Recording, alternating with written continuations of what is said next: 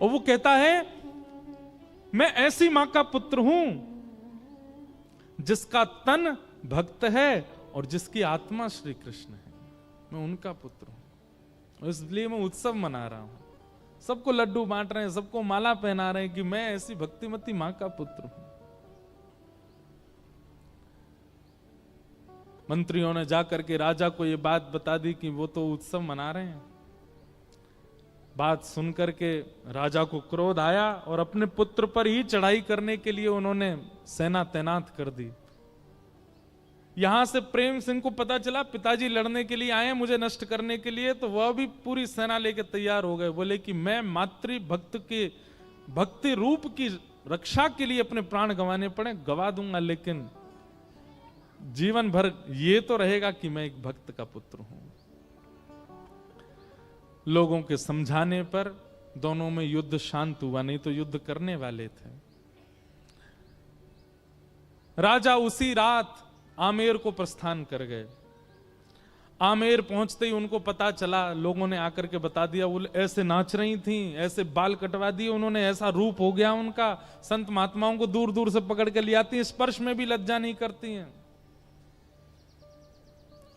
राजा ने कहा इतनी नाक हमारी कट गई, अब तो एक ही उपाय है। बोले रानी रत्नावती को मरवा दो, इनकी मृत्यु हो जाए, उसी से ही हम सांस ले पाएंगे। फिर वहां एक तो दूसरा भक्त वो दिल्ली में बैठा है, पुत्र इनका, ये एक हमारे घर में बैठी है। प्रयास किया और एक जैसे वहां राणा ने मीराबाई के लिए एक सिंह भेज दिया था, कुछ कुछ कथा मिलती है रत्नावती जी की। यहां भी एक शेर भेज दिया, एक भूखा शेर पिंजड़े में था, उसको छोड़ दिया। रत्नावती जी संत निवास में रहती थी, वहीं छोड़ दिया उसको। जैसे ही गर्जना करके द्वार पर सिंह आया, इतनी निर्भय हो चुकी हैं, उनके मन में किंचित भी ये भाव नहीं आया कि कोई जीव आया है, कोई जंतु आया है, कोई सिंह आया है।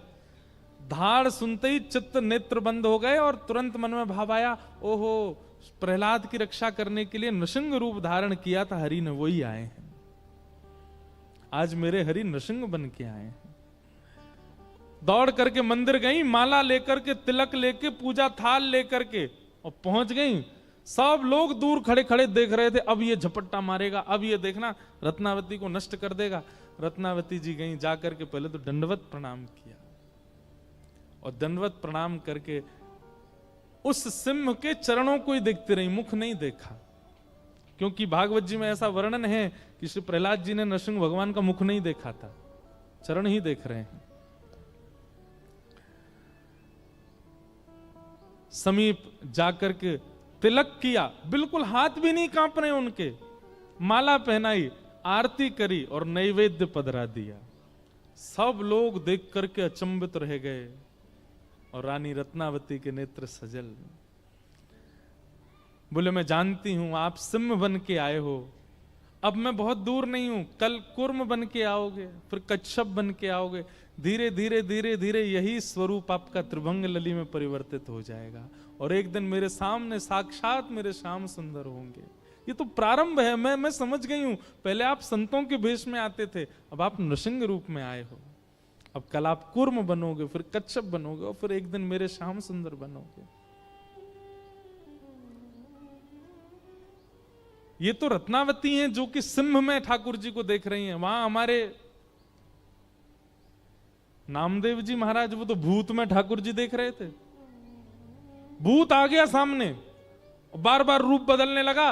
नामदेव जी बोले जय हो महाराज, प्रणाम आपकी, जय हो पंडरीनाथ। भूत बोला मैं पंडरीनाथ नहीं हूं, मैं भूत हूं। बोले नहीं तुम झूठ बोल रहे हो, इतने रूप बदलने की सामर्थ्य मेरे परमात्मा में, किसी भूत में नहीं है। महाराज इतने विश्वास से प्रणाम किया भूत को कि भूत का तो उद्धार हो गया, ठाकुर जी प्रकट हो गए। हमारे चित्त में ऐसा विश्वास मंदिर में जाके ठाकुर जी के प्रति ना हो, मानवन में तो बहुत दूर की बात।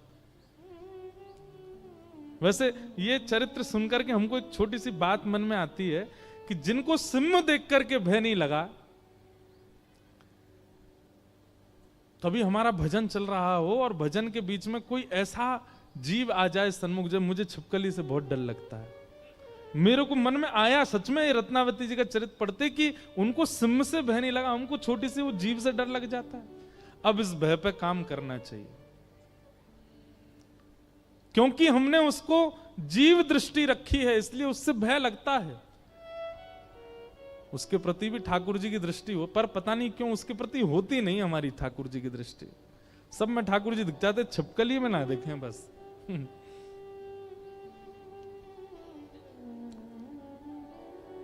हम तो कभी कभी हमारे लाल जी को श्रृंगार हुए ना, तो मकराकृत कुंडल जो मकर के आकार के होते हैं, मकर माने मगरमच्छ, मगरमच्छ का आकार भी वही होता है। मैं तो धारण ही नहीं करा था लाल जी को, वो मकराकृत जैसी आमे। मैंने की लाल जी मोह तुम्हें देख के डर लग रहा हो, तुम्हें कितना लग रहा हो। लेकिन आज ये चरित्र कह के मन में आता है कि यह भी एक भजन का स्वरूप है कि आपको जिससे भय लगता है उसमें भी परमात्मा दिखने लगे, तो समझो आपका भजन फलीभूत हो रहा है। निर्भयता। प्रणाम किया और माला पहना करके दंडवत किया। मैं प्रतीक्षा करूंगी कि आप त्रिभंगी बन के कब आओगे। ये प्रणाम किया, सिंह पीछे मुड़ गया और जितने लोग उसको पिंजरा में पकड़ के ले गए थे और वहां खड़े थे छिप छिप के, उस सिंह ने जा करके उन सबको नष्ट किया, सबको नष्ट करके दूर जंगल में भाग गया। ये बात राजा को पता चली। सबने जाके बोला वो तो माला पहना रही थी, तिलक कर रही थी, आरती कर रही थी, भोग नैवेद्य पधरा रही थी। कुछ नहीं कहा उसने। तब राजा के चित्त में चेतना जगी कि रत्नावती की भक्ति सामान्य नहीं है। और राजा गए रत्नावती जी से मिलने के लिए उनके भवन में, उनके कक्ष में। राजा ने जाकर के प्रणाम किया। रत्नावती जी रहती संत निवास में थी, राजकीय आभूषणों का ना प्रयोग करती थी, ना वहां से कोई चीज लेती थी। पिता ने दहेज देते समय जितनी सामग्री दी थी उन्हीं को बेक बेक करके अपना ठाकुर जी का भोजन और ठाकुर जी का श्रृंगार तैयार करती थी। राजा का 1 रुपया प्रयोग में नहीं लेती थी। लेकिन राजा को अब लगने लगा कि अब ये मेरी पत्नी नहीं, अब इनके प्रति भक्त दृष्टि में रखूं। चरणों में प्रणाम करके कहा, आप, ये भवन आपका है, ये महल आपका है, मैं आपका दास हूं, सब आपके हैं, आप स्वीकार करो। रत्नावती जी कहती नहीं, अब नहीं, हमारे गोपाल जी सब व्यवस्था हमारी कर रहे हैं, अब तो बस प्रतीक्षा है कि कब श्याम सुंदर मिलें और बस ये जीवन का अंत हो जाए। इस प्रकार अपने कुल का, संपूर्ण राजवंश का, आमेर वंश का कल्याण किया श्री भक्तिमती रत्नावती जी। कितने भाव सीखने को मिले रत्नावती जी से कि भगवत चर्चा सुनाने वाला कौन है, कैसा है, ये विचार नहीं करना है। वो अगर दास भी है तो उससे भी सुनो। दूसरा, भगवत चर्चा जीवन में आने के बाद गति प्रतिदिन बढ़नी चाहिए। 10 नामा अपराधों में एक अपराध बताया गया कि आज जितना ठाकुर जी से प्रेम है, कल यदि उससे दुगना नहीं हो रहा है तो आप कहीं अपराध कर रहे हो भक्ति में। प्रतिदिन आपका प्रेम बढ़ना चाहिए। यदि वो प्रेम बढ़ता नहीं है, केवल उतना ही है जितना पहले था, आप किसी का भी नाम ले लीजिए, जितने भी भक्त चरित्र कहे जाते हैं, सब भक्तों के प्रेम बड़े हैं प्रतिदिन। और हमारा उल्टा है, हम पहले तो बढ़ते हैं और फिर एक स्थिति में आने के बाद हम गिरने लग जाते हैं। वहां से हमारा प्रेम, हमारा स्वभाव, हमारा व्यवहार, हमारी स्थिति पर घटती है। ये अपराध के कारण होता है और इसमें सबसे ज्यादा वैष्णव अपराध। हम आपसे बार बार कहेंगे भक्त अपराध से बचिए, और अनजाने में भी होता है तो भी जितने वैष्णव दिखते हैं सबसे क्षमा मांगो। ये प्रेम घटना नहीं चाहिए, तो बढ़ना चाहिए। ऐसे इस धराधाम को पवित्र करने के लिए हमारे ठाकुर जी की परम भक्ता भक्तिमती श्री मीराबाई का प्रादुर्भाव हुआ। माधवी गोपी, जिस गोपी ने अपना मुख छुपाया ठाकुर जी से अपनी मां के कहने पर, बहुत ध्यान से सुनिएगा, जिस गोपी ने अपना मुख छुपाया मां के कहने पर ठाकुर जी से, जब उसने ठाकुर जी को देखा तब उसके मन में आया कि अरे मां, विश्व की मां तो बालकों का कल्याण करने वाला पथ दिखाती है, पर आपने मुझे कैसा मार्ग बताया? जिस संसार से मुख छुपाना चाहिए था उसको तो दिखाने की आज्ञा दी, और जिनको दिखाना चाहिए था उनसे छुपाने की कह दी। अब तो दिन प्रति बस कृष्ण मन, कृष्ण तन, कृष्ण ही हमारो धन, बस कृष्ण देखें कैसे भी। कल थोड़ी कथा में कह चुका था पहले, समय आया इंद्र पूजा बंद करके सब ब्रजवासी गोवर्धन पूजा करने के लिए गए, और 84 कोस के जितने ब्रजवासी हैं सब इकट्ठे भये। और वहीं इंद्र ने जब कोप करके वर्षा की, 7 बरस के ठाकुर जी ने 7 कोस लंबे चौड़े गिरिराज पर्वत को अपनी बाम हस्त की कन्नी उंगली पर धारण किया। और जैसे ही ठाकुर जी ने गिरिराज जी धारण किए, दूर दूर खड़े हुए लाखों ब्रजवासी सब गिरिराज जी के समीप आ गए, सब भीतर आके खड़े हो गए। सब में आपस में चर्चा चल रही। अब गिरिराज जी 7 कोस लंबे हैं और दूर दूर वाले ने तो ठाकुर जी दिखे ही नहीं रहे हैं। सब बस ये कह रहे हैं, नंद के लाला ने गिरिराज जी उठा लिए, नंद के लाला ने पर्वत उठा लियो, नंद के लाला ने पहाड़ उठा लियो। यही चर्चा जब माधवी के कान में पड़ी तब माधवी बोली, शायद अब तो सबके बीच में ठाकुर जी अब तो दिख ही जाएंगे। क्योंकि जब जब श्याम सुंदर को देखने माधवी जाती, नेत्रों में जल आ जाता, धुंधलापन आ जाता, ठाकुर जी दिखते नहीं, क्योंकि शाप दे दिया ठाकुर जी ने। और ये शाप नहीं है, ये शाप नहीं है, ये विरह है। बंधुओं, हम एक बात निवेदन करें, मीराबाई का चरित्र या तो हम स्पर्श करते नहीं हो, करवा रहे हो तो फिर अच्छे से ही सुनियो। इस स्थिति में ना आना पड़े इसकी प्रार्थना कीजिएगा, क्योंकि अब कलिकाल ऐसा बचा नहीं है कि आप इसको सहन कर पाओ।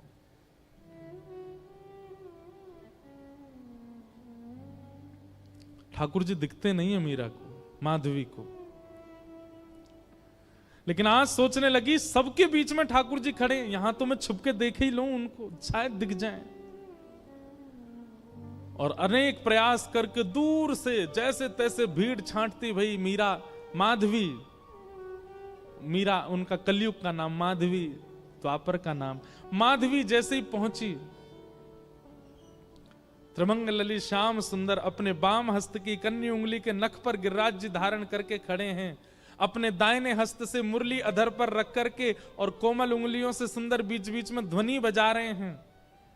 नंददास जी उसका वर्णन करते हैं, कान्हा कुंवर के कर पल्लव पर मानो गोवर्धन नृत्य करे, ज्यों ज्यों तान उठत मुरली में त्यों त्यों लालन अधर धरे। मेघ मृदंग मृदंग बजा, मेघ मृदंगी मृदंग बजावे, मेघा को जल यों जो झरे। ग्वाल ताल दैनी को गावे, गायन को जो सुर भरे। देत आशीष सकल ब्रज नारी, नंद दास के तिमिर हरे। कान्हा कुंवर के, ठाकुर जी पता कि महाराज जी, अगर ये नंददास जी को पद देखो, इस पद के अनुसार, बहुत ध्यान से सुनना, हमारे श्री गिरधर लाल जी ऐसे खड़े, ऐसे नहीं, ऐसे, उनके ये चारों भुजाएं ऊपर हैं। तब हमें एक वैष्णव ने बताया, बोले ठाकुर जी कैसे कर रहे हैं पता है? सब ब्रजवासी खड़े हैं और श्री गिरिराज जी ठाकुर जी से कह रहे हैं, हे जय जय, मेरा स्वरूप इतना विशाल है कि मैं महाराष्ट्र में तो आ ना पाऊंगा, लेकिन आपके हस्तकमल और मेरे हस्तकमल मिले ने, ये 7 दिना तक मेरे संग रास ही कर लो। ठाकुर जी गिरिराज जी के संग रास कर रहे हैं, तो कभी ठाकुर जी ऐसे रहते हैं और फिर नेक ऐसे उछाल के फिर ऐसे ले लें, फिर ऐसे ले लें, फिर ऐसे ले लें, फिर यूं कर लें, कभी यूं कर लें, कभी ऐसे कर लें, मानो बार बार अपनी उंगलियों पे नर्तन करवा रहे हैं श्री गिरिराज जी को ठाकुर जी। अद्भुत छवि है। तभी माधवी पहुंची।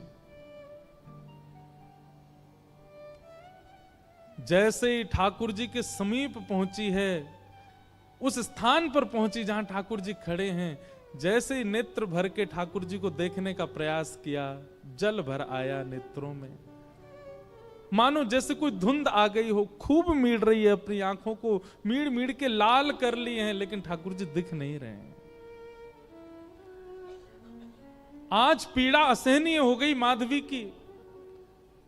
अर्धरात्रि का समय ठाकुर जी के चरणों से लिपट गई और बोली, मैंने इतना बड़ा अपराध किया कि आप मुझे दिख ही नहीं रहे हो। हे श्याम सुंदर, अब पीड़ा मत दो, अब दिख जाइए, एक क्षण दिख जाइए, आप दिखें और मैं प्राण त्यागूं, बस मुझे और कुछ नहीं चाहिए। ठाकुर जी बोले, माधवी तेने मुझको अपना रूप नहीं दिखायो। माधवी बोली, देख लो, मैं सामने खड़ी हूं, अब देख लो मेरे नेत्र, मेरे मुखमंडल को देख लो, जैसे चाहो देख लो, पर मेरे ऊपर तो ये जो दोष है ये हटाओ, मुंह को देखन दो आपको। ठाकुर जी बोले, अब तो माधवी ये पीड़ा तुमको ने सहनी पड़ेगी, क्योंकि वस्तु का मूल्य तब चित्त में ज्यादा बढ़ता है जब वह वस्तु समीप हो पर मिले ना। और प्रेम लक्षणा भक्ति में जितना विरह होगा, जितनी व्याकुलता होगी, जितनी तड़प होगी, उतना वह प्रेम पुलकित होगा, उतना वह प्रेम लक्षणा भक्ति का इत्र महकेगा और दूसरों को महकाएगा। मैं चाहूं आगामी कलिकाल में लोगन के चित्त में श्रद्धा होगी, विश्वास होगो, लेकिन प्रेम नहीं होएगो। उनके चित्त में प्रेम प्रकट करवे के काजे मैं तो नहीं आऊंगो, तो को भेजूंगो। और वाक्य काजे तोए या जन्म में मेरे रूप के दर्शन को त्याग करनो पड़ेगो, थोड़ो सहनो पड़ेगो। मीराबाई ने सहा है हमें और आपको प्रेम देने के लिए। मैं और आप आज जिस प्रेम के मार्ग पर चल रहे हैं, जिस प्रेम की एक बिंदु हमारे ऊपर गिरती है, वह बिंदु के अधिकारी हम मीराबाई की वजह से बने हैं, क्योंकि उन्होंने द्वापर में दर्शन का त्याग किया है। त्याग नहीं, विरह सहा है, वो तड़पी हैं ताकि हमें प्रेम दे सके। माधवी बोली, मुझे बस अवधि बता दीजिए, कम से कम एक अवधि पता होगी तो मैं उस अवधि के सहारे रह लूंगी कि इतना समय लगेगा आपके दर्शन में। एक अवधि बता दो, 10 वर्ष, 50 वर्ष, कितने वर्ष लगेंगे? अवधि सुनकर के तो माधवी गिर पड़ी, रोने लगी। ठाकुर जी बोले, एक युग।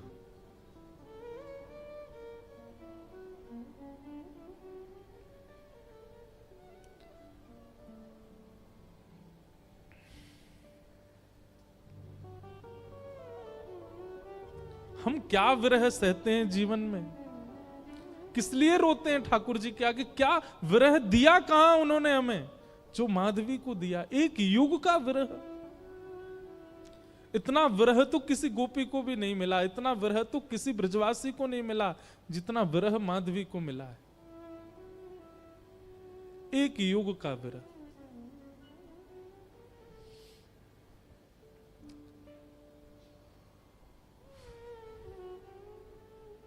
लेकिन क्या करे, प्रतीक्षा के अलावा और कुछ नहीं है जीवन में। चरणों में रोती हुई माधवी जाने लगी। और एक वैष्णव का स्वरूप नहीं है आत्म दाह करना, चाहे तो त्याग दे शरीर, लेकिन नहीं। अब कृष्ण ने कहा है कि प्रतीक्षा करो तो करनी है। वो प्रतीक्षा के ही शब्द हैं जो मीराबाई लिखती हैं, जो शब्द हमारे हृदय को विदीर्ण करके भीतर प्रवेश कर जाते हैं। वो शब्द किसी 2, 4, 10 वर्ष की प्रेमिका के नहीं है, एक युग की प्रतीक्षा करने वाली प्रेमिका के शब्द हैं।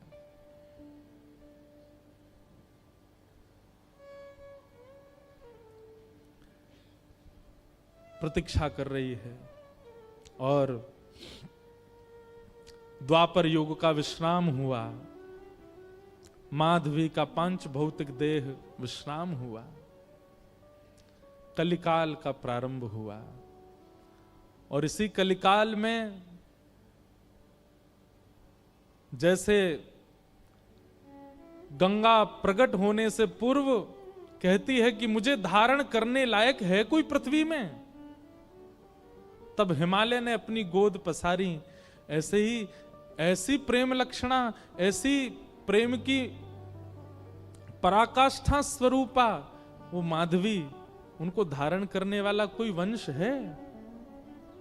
तब मेड़ता का राव दूधाजी का परिवार सौभाग्यवंत हुआ और शरद पूर्णिमा के दिन भक्तिमती मीराबाई का प्रादुर्भाव हुआ। वही माधवी कलयुग में मीरा बन करके प्रकट हुई। मीराबाई का वास्तविक नाम मीरा नहीं है, मिहिरा, मिहिरा नाम है। जैसे नरसिंह मेहता जी का वास्तविक नाम नृसिंहराम मेहता, ऐसे ही मीराबाई का मूल नाम मिहिरा है। जन्म हुआ राव दूधाजी के कुलीन परिवार में। बाल्यकाल से ही मीराबाई का स्वरूप स्वभाव अन्य बालकों से बिल्कुल भिन्न है। बहुत शांत प्रशांत स्वभाव की हैं। एक चंचल बालक की तरह ऐसी चंचलता, चपलता, चतुरता नहीं है उनके चित्त में। बहुत सरल, छोटी सी बात पर रीझ जाने वाली, मान जाने वाली, प्रसन्न हो जाने वाली मीरा है। राव दूधाजी के घर में मीरा का जन्म होने का कारण यह है, ध्यान से सुनिएगा। एक वैष्णव बालक यदि आपके घर में जन्मेगा, कोई बालक आपका भविष्य में चलकर के वैष्णव होगा, उसके पीछे कारण क्या होगा? राव दूधाजी एक दिन भी बिना हरि चर्चा के व्यतीत नहीं करते। मेड़ता में एक बार को कोई राजा आ जाए, उसके स्वागत सम्मान में कोई कमी हो सकती है, लेकिन मेड़ता में कोई महापुरुष संत आ जाएं, उनके स्वागत के लिए स्वयं राव दूधाजी जाते हैं। और नित्य प्रतिदिन नवीन नवीन संतों का आगमन होता है, अयोध्या से, ब्रजधाम से, द्वारिका से। एक बात कहें बंधुओं, अपने घर के द्वार सबके लिए बंद रखो, पर भगवत भजनानंदी वैष्णवों के लिए कभी नहीं। सदा ऐसा प्रयास करो कि आपके यहां कोई ना कोई आता ही रहे। अगर एक सप्ताह तक कोई ना आवे तो आपके चित्त में चिंता होनी चाहिए कि कोई आया क्यों नहीं। किसी को फोन करके जबरदस्ती टिकट करके बुलाओ, आ जाओ, हमारे घर पर रहो।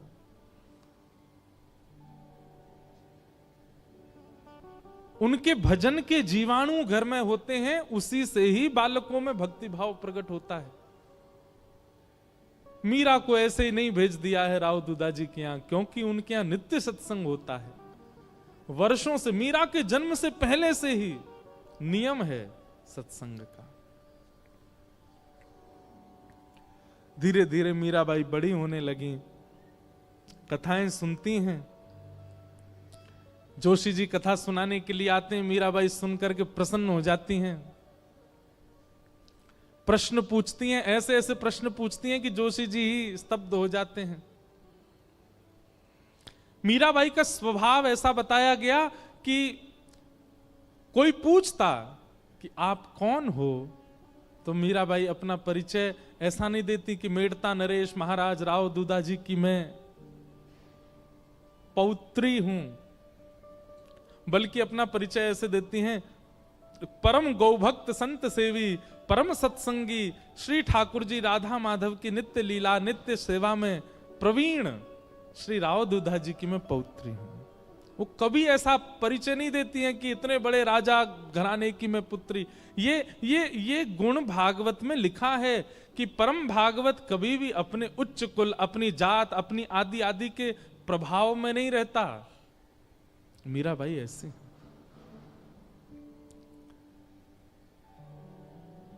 भक्ति के लक्षण तो बचपन से ही हैं।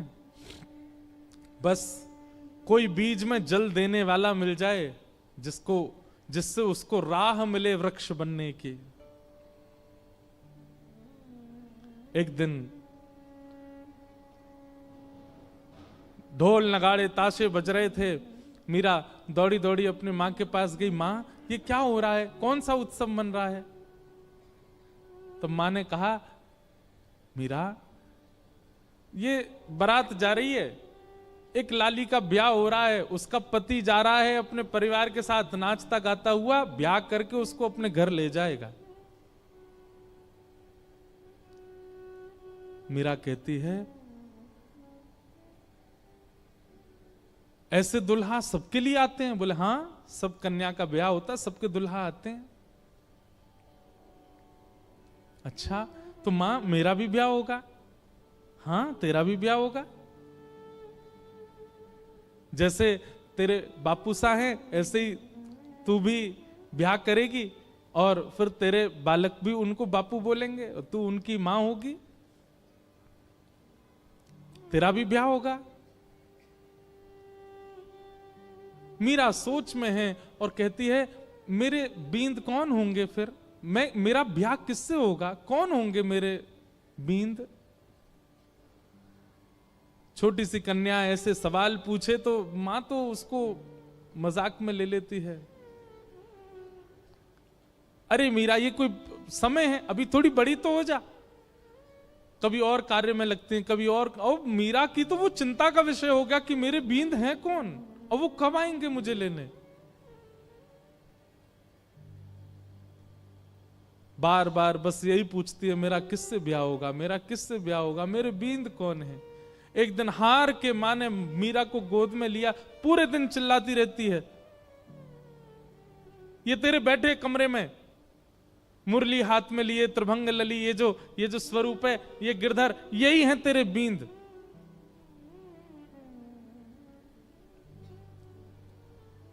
स्वरूप देखा ठाकुर जी का और मां ने कह दिया यही है तेरे बींद, तो मीरा के चित्त में ऐसा विश्वास प्रगाढ़ हो गया कि यही है मेरे बींद और कोई नहीं।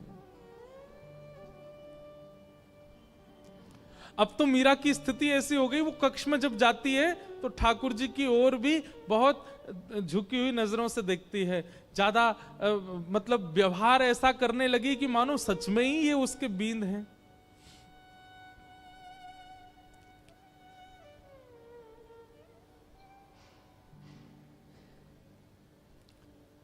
संतों से कथा सुनती है और चित्त में ठाकुर जी के प्रति संबंध का प्रगाढ़ विश्वास कर चुकी मीराबाई धीरे धीरे प्रेम लक्षण भक्ति में प्रकट होने लगी। एक दिन एक संत का आगमन हुआ और वे अपने प्रवचन के समय अपने बगल में ही अपने गिरधर गोपाल को विराजमान करके प्रवचन कर रहे थे और छोटी सी मीरा, उनको एक ही चीज की प्रतीक्षा होती थी पूरे दिन की, मां मुझे सत्संग में लेके कब जाएगी। और जैसे ही मीराबाई पहुंची, छोटी सी मीरा कथा सुनते सुनते दृष्टि पड़ी बगल में बैठे हुए गिरधर स्वरूप पर, वो गिरधर गोपाल पर। अपलक नेत्रों से केवल ना प्रवचन सुन रही है ना महाराज जी को देख रही है, वो तो उनके ठाकुर जी को अपलक नेत्रों से देख रही है और बीच बीच में मानो जैसे नेत्रबंद हो जाते हैं और उसको कुछ ब्रजमंडल जैसा दिखने लगता है। उसको कभी कभी वर्षा दिखती है, कभी कभी गिरिराज जी धारण करके ठाकुर जी खड़े हैं और एक गोपी चरण से लिपट करके रो रही है। ऐसा दृश्य उसके चित्त में आने लगा, मानो अपने पूर्व जन्म की स्मृतियां चित्त में प्रकट होने लगी।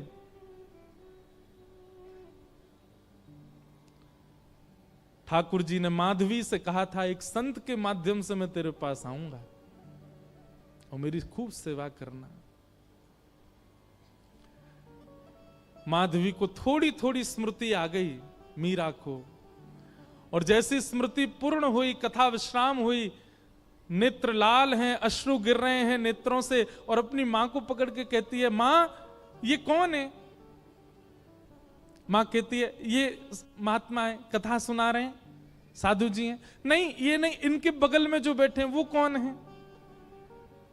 ये तो इनके ठाकुर जी हैं। हाँ तो मेरे बींद ना, आपने कहा था ना मेरे बींद, वही है ना ये? हंस गई मां, अरे मीरा हाँ वही हैं।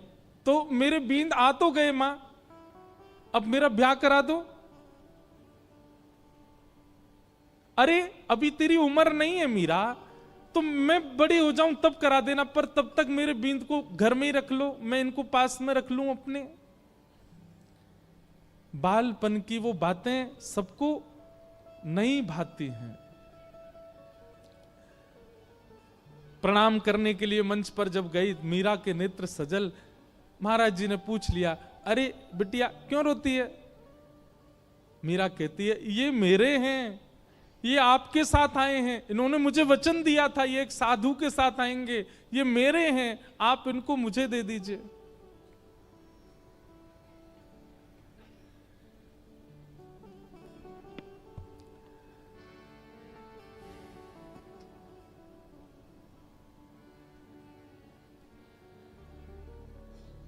ये मेरे हैं।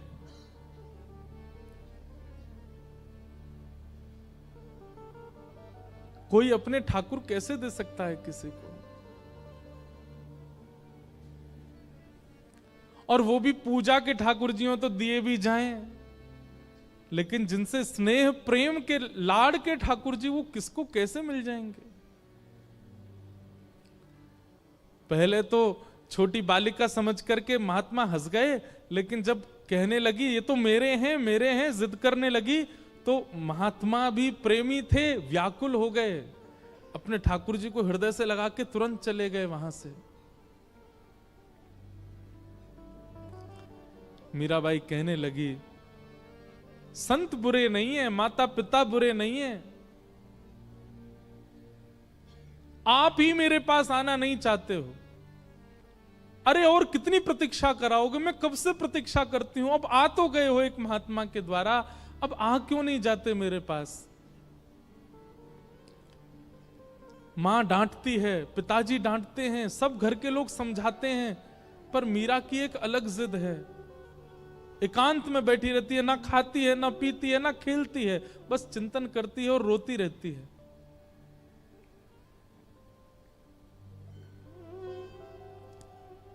प्रतिज्ञा ले ली, मैं अन्न नहीं खाऊंगी, अब मैं प्रयास नहीं करूंगी कि आप आओ मेरे पास, मैं प्रयास नहीं करूंगी कि मैं आपको लाऊं, आपको खुद आना पड़ेगा, मेरी प्रतीक्षा बहुत हो चुकी है।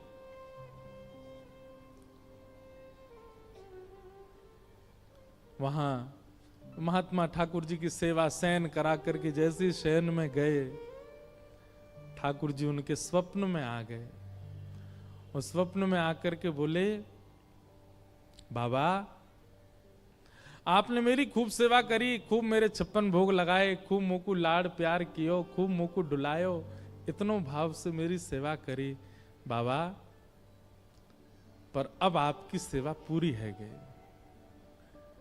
जो बालिका आज कथा में आई, मैंने वाकू वचन दियो है कि मैं आपके माध्यम से आऊंगा, आप उनको जाए के मुंह को दे दो। अब जब ठाकुर जी ही स्वयं आज्ञा कर दें तो फिर कोई कैसे मना करे? रात्रि अर्धरात्रि का समय महात्मा उठे, अपने ठाकुर जी को हृदय से लगा के खूब रोए, जय जय मेरी सेवा में कोई कमी रह गई? नहीं नहीं कोई कमी नहीं बाबा, मैं तो बहुत प्रसन्न हूं, पर अब कछु दिना आप एकांत में भजन करो, फिर मेरी प्राप्ति हो जाएगी। अब आप तो चले जाओगे, फिर मेरी सेवा कौन करेगा? या हमारी सेवा विस्तार के लिए वह कन्या को मोह दे दो। और अर्धरात्रि का समय, नन्ही सी मीरा अनशन व्रत पर मानो बैठी हो, और महात्मा पहुंच गए। ले मीरा है गिरधर तेरा, ले मीरा है गिरधर तेरा। अपने ठाकुर जी को लेकर के गए। सेवा बड़े भाव ते कर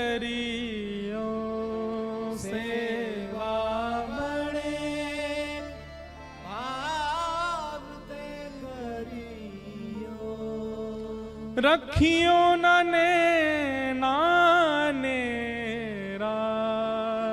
हो, रखियो बेटी ले मेरा है गिरधर तेरा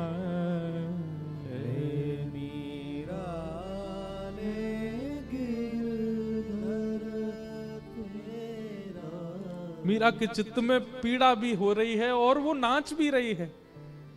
नाच इसलिए रही है कि आज मानो जैसे वर्षों और युगों का विरह समाप्त होगा, पर पीड़ा इस बात की है कि मैं एक वैष्णव की सेवा ले रही हूं।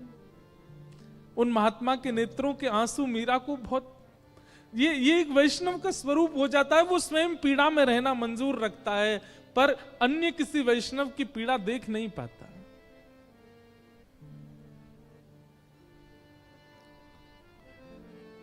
सो ही सुहागन प्रिय जाहि रीझे, सो ही सुहागन प्रिय जाहि रीझे।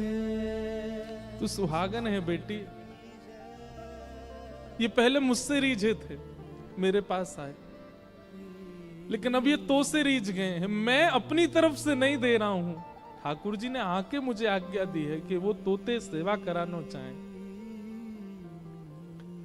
सो ही सुहागन। बंधुओं, इस पंक्ति को नित्य गाया कीजिए। अपने ठाकुर जी को देखते हैं जब मंदिर में विराजमान, आप कितने सौभाग्यशाली हो, ठाकुर जी आपसे सेवा करा रहे हैं। उनके प्रति पाषाण बुद्धि मत रखा कीजिए। आपका कोई तो ऐसा गुण है जिसके कारण ठाकुर जी आप चले जाते हैं बाहर, आप आ जाते हैं कथा, मैं आ जाता हूं कथा करने। हमारे ठाकुर जी कक्ष में बैठे रहेंगे, खड़े रहेंगे, जैसे सुलाओगे सो जाएंगे, जहां बैठाओगे बैठ जाएंगे, जो खिलाओगे पालेंगे। अपनी कोई इच्छा इतनी, अपने जिनको हम अपना कहते हैं, पत्नी बच्चे, वे भी लड़ लेते हैं कि हमें ये चाहिए, पर हमारे ठाकुर जी कभी नहीं लड़ते। आप पीली पोशाक पहना दो राजी, आप लाल पोशाक पहना दो राजी, आप दाल चावल खिला दो राजी, आप कड़ी चावल पवा दो राजी, कुछ नहीं दूध का भोग लगा दो राजी। इसी को तो प्रेम कहते हैं, जो आपके द्वारा प्रस्तुत की गई हर वस्तु को सिर से लगा के स्वीकार करे। यही तो प्रेमी का लक्षण है। विश्व में असली प्रेमी यदि कोई है तो वो श्याम सुंदर है। आपकी हर वस्तु को सहर्ष स्वीकार करते हैं, किसी में नोक झोंक नहीं कभी भी।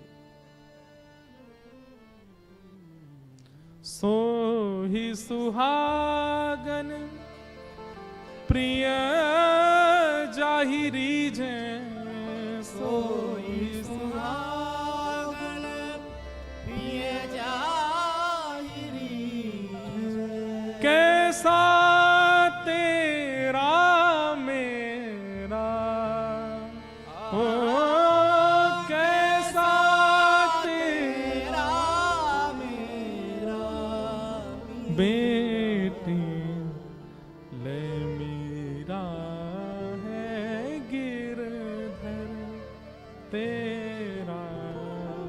ले मीरा ले गिरधर तेरा। मीराबाई को ठाकुर जी दे दिए हैं।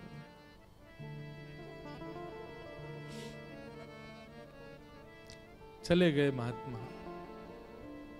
ये ठाकुर जी का नियम है बंधुओं। एक को संयोग देते हैं तो जिसको संयोग दे रहे हैं मानो किसी को वियोग देके आए, और जिसको संयोग दिया है वो तैयार रहे, एक दिन वियोग मिलेगा।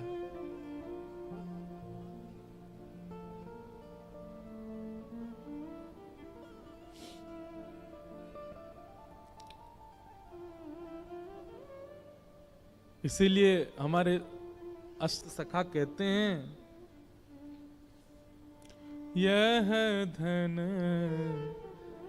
धर्म ही ते पायो, यह धन धर्म ही ते पायो। नी के राख यशोदा मैया।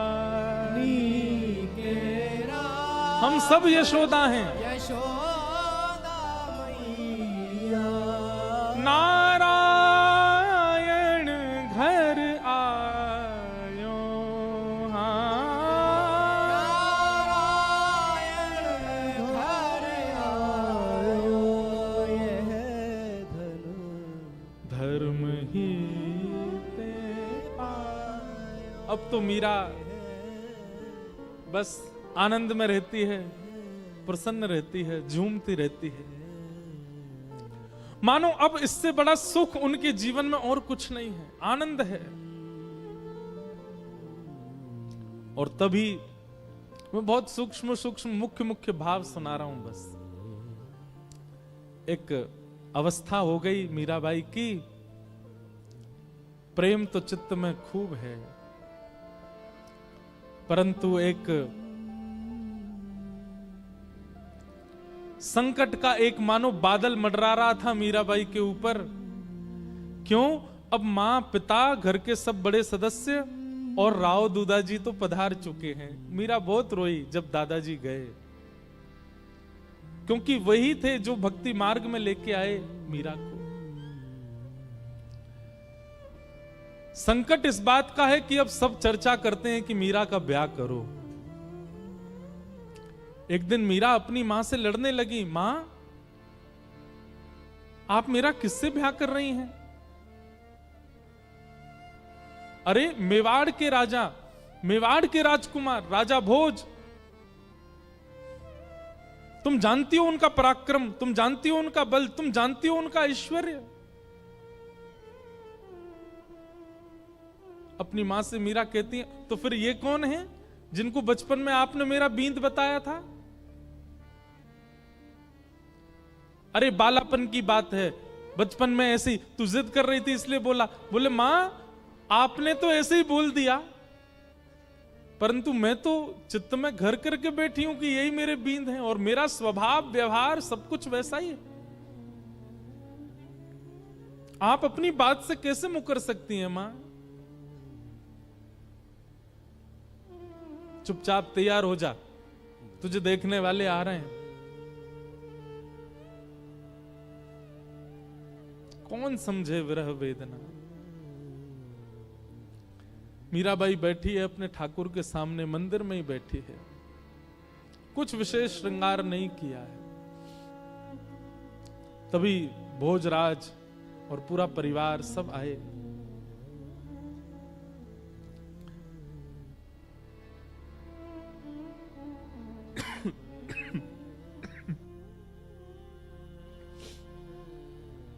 इच्छा प्रकट की कि एकांत में मीरा से बात करना चाहते हैं।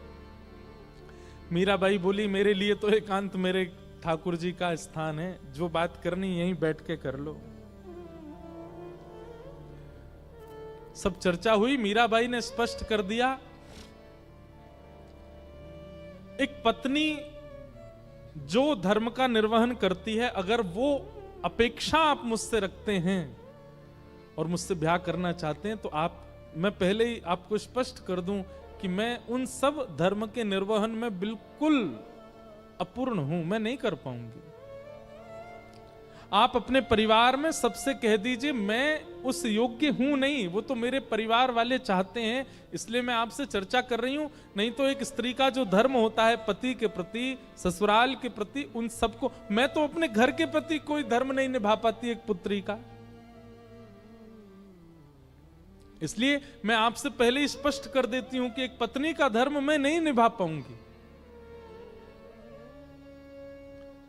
भोजराज का उत्तर सुनने लायक है। बंधुओं, मीराबाई का जिनसे ब्याह हुआ वो अत्यंत कुलीन भाव के हैं। उन्होंने कहा मुझे मंजूर है, मैं भी नहीं आपसे अपेक्षा रखता हूं कि आप पत्नी धर्म का निर्वहन मुझसे करें। आपकी सुबह से अभी तक की गतिविधियां देख करके, आपके विचार भाव और आपके हृदय की स्थिति देख करके मैं जान चुका हूं कि आप सामान्य धर्म में नहीं हैं। परंतु अब मेरी इच्छा और ज्यादा आपसे विवाह करने की इसलिए है कि मैं आपसे पत्नी धर्म का निर्वहन नहीं करवाना चाहता। मैं चाहता हूं हमारी मेवाड़ की भूमि में राजा तो बहुत आते हैं, मेवाड़ की भूमि में बड़े बड़े महापुरुष आते हैं, बड़े बड़े योद्धा आते हैं, पर मेवाड़ की भूमि पर अभी तक किसी भक्त के चरण नहीं पड़े। यदि आप मुझसे विवाह करें और हमारी मेवाड़ की भूमि को अपने चरणों से और श्री गिरधर लाल जी के स्थापन से पवित्र कर दें, तो ये हमारे लिए बड़े सौभाग्य की बात होगी। मैं इस चर्चा को गुप्त रखूंगा, किसी के सन्मुख नहीं कहूंगा। ये मेरी और आपकी चर्चा है, सबको बताने के लिए विवाह का एक अभिनय होगा, परंतु मैं चाहता हूं कि आपके चरण हमारी मेवाड़ को पवित्र करें। बाकी जैसी आपकी इच्छा होगी, मेरी उसमें कोई अतिशयोक्ति नहीं होगी। और ऐसा कहकर के भोजराज चले गए। मीराबाई ने कोई उत्तर नहीं दिया। लेकिन प्राचीन भारत में कहां पूछा जाता है, सबने पक्का कर दिया ब्याह।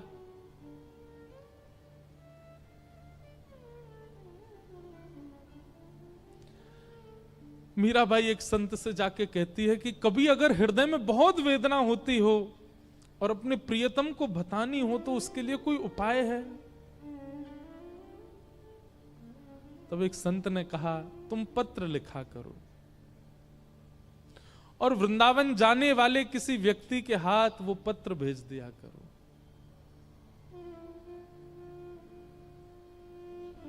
बहुत प्यारा पद है मीराबाई का। मीराबाई आज पत्र लिखने के लिए बैठी है और पूरे कक्ष में केवल खाली पत्र पड़े हैं, लिख नहीं पा रही है। बार बार एक एक पन्ना फाड़ती है, फिर कुछ लिखती है और लिख करके फिर उसको फेंक देती, फिर दोबारा लिखती है, फिर फेंक देती, फिर लिखती है। किसी ने आकर के कहा, मीरा ये क्या करती है तू? इतने पत्र पड़े, ये सब क्या है?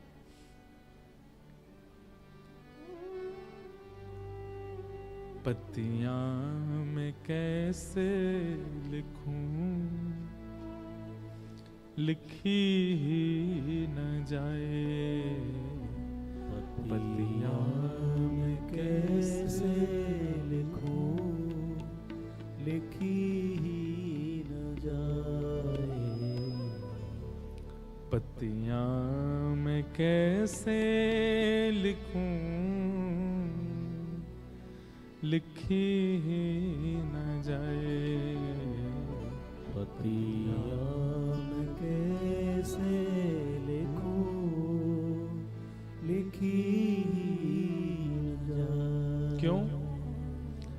कलम धरत मेरो कर कांपत है। कलम धरत मेरो कर कांपत है। कलम धरत मेरो कर कांपत है। कलम धरत मेरो कर कांपत है। मीराबाई कहती है, मैं लिखने के लिए बैठती हूं, पहले तो शब्द याद नहीं आते और जैसे तैसे अपनी स्थिति। बंधुओं, एक बात याद रखिएगा, विरह की स्थिति शब्द बयां नहीं कर सकते। वो शब्द नहीं बता सकते कि आपकी स्थिति कैसी है। आप कितना भी प्रयास कीजिए बोलने का, बताने का, नहीं बता पाओगे, क्योंकि विरह प्रेम शब्द की इतनी क्षमता नहीं कि वो आपका विरह प्रेम प्रकट कर सके। लेकिन मीराबाई कहती है, जैसे तैसे मैं लिखने का प्रयास भी करती हूं। कलम धरत मेरो कर कांपत है। कलम धरत मेरो कर कांपत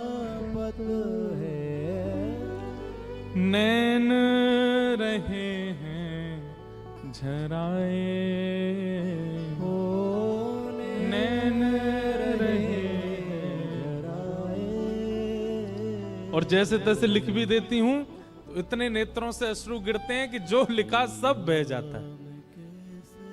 पतियां मैं कैसे लिखूं, लिखी ही न जाए। पतियां मैं कैसे लिखूं, लिखी पतियां मैं कैसे लिखूं, लिखी ही न जाए। पतियां मैं कैसे लिखूं, लिखी न जाए।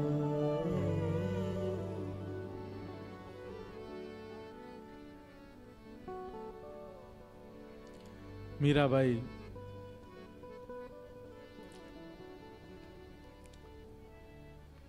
बस स्मरण करती हैं, वृंदावन की दिशा की ओर देखती रहती हैं। अभी भी विरह समाप्त नहीं हुआ है। घड़ी आई विवाह की, पूरा मेड़ता सजा है, परंतु होने वाली दुल्हन उसके मुख पर बिल्कुल प्रसन्नता नहीं। मीराबाई ठाकुर जी के सामने बैठकर के केवल इतनी प्रार्थना करती है, मैं देह और आत्मा को अलग मानती हूं। मैं जानती हूं देह की क्रिया आप स्वीकार नहीं करते। देह भले ही कोई और वर्ण करके ले जाए, कम से कम आत्मा आपकी है, ये स्वीकार करके मुझे कैसे भी बता दीजिए कि आपने मुझे स्वीकार कर लिया। मुझे और कुछ नहीं चाहिए। अन्य से देह का विवाह हो, उससे पहले पहले आत्मा का आपसे विवाह हो जाए। हे ठाकुर जी, मैं और कुछ नहीं मांगती आपसे।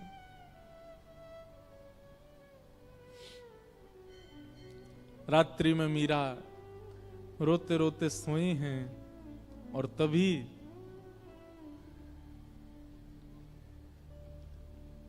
स्वप्न में श्री ठाकुर जी पधारे और मीराबाई के साथ स्वप्न में ही विवाह संपन्न हो गया।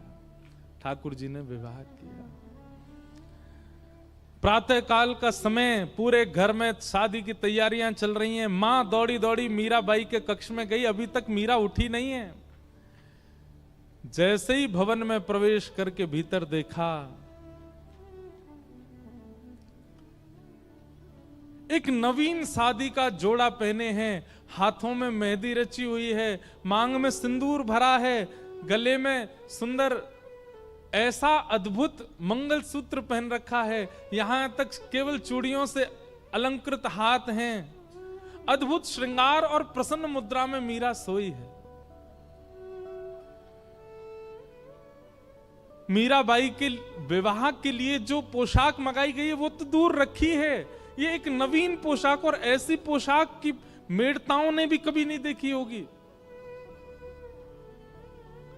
मां ने तुरंत मीराबाई को उठाया, उठा करके पूछा, मीरा जल्दी उठ, ये सब क्या करके बैठी है? तेरे मांग में सिंदूर, गले में मंगलसूत्र, हाथ रचे हुए, ये इतने सुंदर तूने जोड़ा, ये क्या करके आई है? कहां से लेके आई है सब?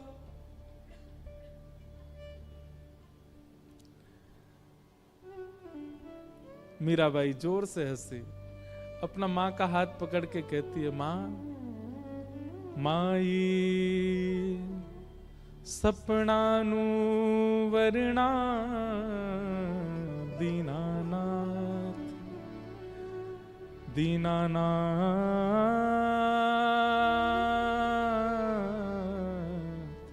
दीनानाथ। माई, कल मेरा ब्याह हो गया। किससे ब्याह हुआ? बोले मेरे गिरधर लाल। मां, मैं आपको कैसे वर्णन करूं? आप जो व्यवस्थाएं कर रहे हैं ना, ये सब फीकी हैं उस व्यवस्था के आगे। ऐसा सुंदर, ऐसे सुंदर पुष्प लगे थे, ऐसे सुंदर दावत बनी थी, ऐसे सुंदर सुंदर घोड़े, हाथी सब आए थे। क्या बात बनाती है? कब हुआ तेरा ब्याह? किसने देखा तेरा ब्याह? मीरा कहती है, एक ने देखा हो, दो ने देखा हो तो कहूं, छप्पन कोटा जना पधारया, दुल्हो श्री ब्रजनाथ, दुल्हो श्री ब्रजनाथ। मां 56 करोड़ बराती आए थे, सब देवी देवता, ब्रह्मा, शिव, रुद्र, सनकादि सब आए थे मेरे ब्याह में। और इन सब बरातियों के बीच एक सुंदर से हाथी पर सहरा बांधे, अद्भुत पोशाक पहने, मधुर मुस्कान, कटाक्ष नेत्र, मधुर घुंघराले केश, हाथ में मुरली लिए मेरे दुल्हा बनकर के साक्षात ब्रजनाथ श्री कृष्ण आए थे। दुल्हो श्री ब्रजनाथ। बहुत सुंदर वर्णन है। मीराबाई अपने स्वप्न के विवाह का वर्णन कर रही है अपने मां के आगे। किसने हमारा कन्यादान किया, हमारे फेरे कैसे पड़े, उन्होंने मेरे गले में कैसे मंगलसूत्र पहनाया, दावत कैसे हुई, एक एक चीज का वर्णन कर रही है मीरा। और मां इधर से उधर जा रही है, सिर पीट रही है, रो रही है। ये क्या बातें कर रही है मीरा तू? लेकिन कौन समझे मीरा को? मीराबाई हंसने लगी और कहने लगी, मां मेरा ब्याह हो गया। मां तुरंत भीतर गई, घड़े में जल भर के लाई और ला करके मीरा के मांग का सिंदूर पोंछने लगी। मीरा कहती हैं, अब चाहे जो कर लो मां, ये देह चाहे जिसको दे दो, पर आत्मा को तो स्वीकार कर लिया है श्याम सुंदर ने। अब मैं राजी राजी चली जाऊंगी जहां भेजोगी, मुझे अब परवाह नहीं। मैं जिनकी हूं उन्होंने मुझे स्वीकार कर लिया है। कितनी पीड़ादायी बात है। मीराबाई का पुनः श्रृंगार किया गया और फिर मंडप में ले जाया गया।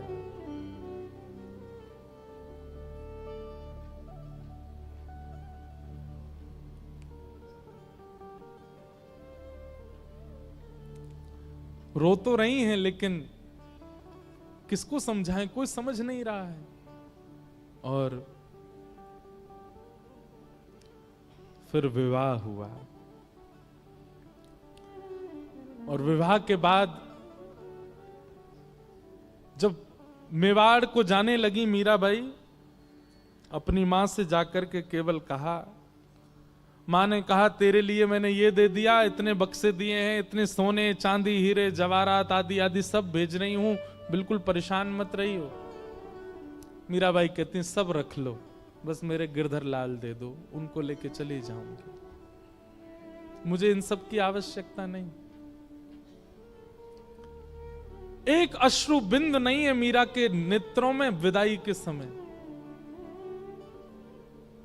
अपने ठाकुर जी को गोद में ले रही है, सब देख रहे हैं मीरा को, रो रहे हैं, पर मीरा केवल अपने ठाकुर जी को निहार रही हैं, नेत्र नीचे करके। गाड़ी, बैलगाड़ी, घोड़ा गाड़ी, हाथी गाड़ी सब धीरे धीरे चलते जा रहे हैं और मीरा ना प्रसन्न है ना उदास है, बस एक समत्व है मुखमंडल पर। निकल गई मेवाड़।